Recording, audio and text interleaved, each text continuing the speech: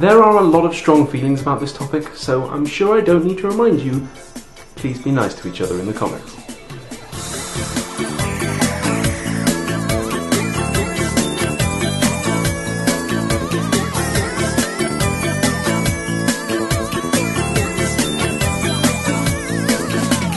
I thought it would be nice this week if we put aside the more technical philosophy we've been doing recently and did some practical ethical discussion that we can all get stuck in with. I'm sure you're already the kind of person who can get on with people of all colours, creeds and nations, so you don't need convincing on this issue, but it's always good to review the arguments and go over why you think what you think. So with that in mind, let's review some of the practical ethical arguments against homosexuality. Number 1. Homosexuality is unnatural. This is a fairly common argument that you've probably heard before, and it's also not a true statement. All 5 great ape species practice homosexuality. Bonobos are practically a bisexual species, and that's just apes. But even if it was true, what then? This argument relies on the rather ancient principle of natura nos docet, nature teaches us, which says that whatever is natural must be right. But is this the case? Clothes are unnatural? Flying is unnatural? Medicine is unnatural? Even if it was the case that homosexuality is unnatural, which it isn't, it wouldn't follow that it was therefore bad.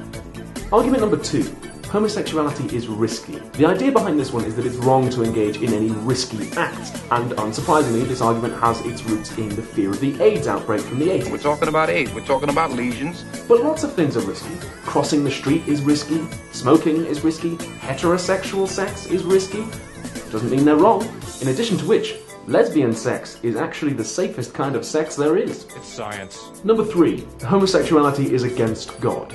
Now, this is a can of worms that I really do not want to open here, but all I'm going to say is, if you do believe that, maybe you could at least acknowledge that people who don't believe in God aren't going to be convinced by that argument. Neither will people who don't agree with you that that's what God would think. And that's all I'm going to say. Number 4. Homosexuality is immoral, and this is the one that requires the most ethical analysis, which is why I've saved it till last. In the little episode about moral luck that we did a while ago, I mentioned an aphorism of Kant's. Ought implies can. If you need a refresher, this is the principle that if you ought to do something, it must be the case that you can do it. So, if there's a house fire in Japan, I can't be blamed for not running into the house and saving people. I wasn't there. There's nothing I could have done. It's not really within my control. If something isn't within your control, it can't be a subject of moral responsibility for you. Similarly, if you can't help but do something, then you can't really be blamed for it. It would be irrational of anyone to say to me, you are a bad person because you have green eyes. I can't help but have green eyes. That's just the way I am. Although there are people who do maintain that homosexuality is a lifestyle choice, given that most other things about a person are a combination of genetic factors and environmental factors, it seems much more likely that it isn't. And fair's fair, the science isn't all done yet, but do any of you remember choosing who to be attracted to? Scientists won't ever discover a gay gene because that idea ridiculously oversimplifies the genetics involved, but if homosexuality does have a genetic basis, then obviously you can't choose that.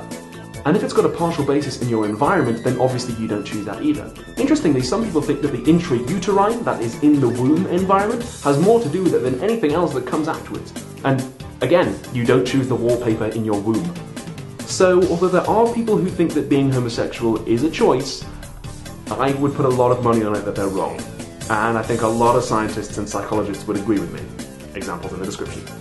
So remember, ought implies can. If you don't choose it, it can't be immoral. So there we are. Our practical ethical conclusion is that homophobia is irrational. But what do you guys think? Are there any arguments we've missed out? Don't be afraid to play devil's advocate in the comments if you think there's something wrong with the way we've argued something, though maybe point that out just in case you upset someone. Don't forget to favourite, share and tell your friends all about PhilosophyTube. You can also follow us on Twitter, and if you would hit that like button, that would make me really, really gay. Lots of people applied their minds to the puzzle of telepathy last time. Let's see what you guys had to say about logic and mind reading. JDog7 said that the apparent logical contradiction inherent in reading people's thoughts is a very dualistic outlook. It regards minds and brains as very, very separate things. If minds are brains, then just reading neuron activity would be mind reading. I hadn't even considered how dualistic that approach is. Thank you for pointing that out. It's not entirely without problems to say that minds are brains, and maybe that's another discussion for another time, but yeah, thank you for pointing that out.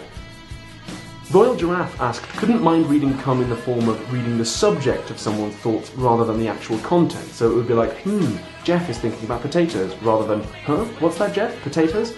That seems a little bit to me like reading the body language, but really, really advanced, like we discussed, rather than the full-on Professor X, I can hear your thoughts type deal. But as Michael Ruegrock pointed out, maybe it would be helpful to have defined mind reading exactly before we started. Dark Renegade and Asswaxer100 came back with really clever replies saying that just because somebody owns a thought, that isn't a predicate or property of that thought, so we can't use it to distinguish between different thoughts. That's a really good point. I didn't even consider that at all. I'm kind of torn. On the one hand, I agree the fact that somebody possesses a thought isn't a property of it. But on the other hand, if you were to completely describe someone's thoughts, you'd be missing something if you didn't say that they were being had by somebody. But yeah, that's a really good point. I think that if Kant and Leibniz were alive, they would give you guys a big high five for that comment.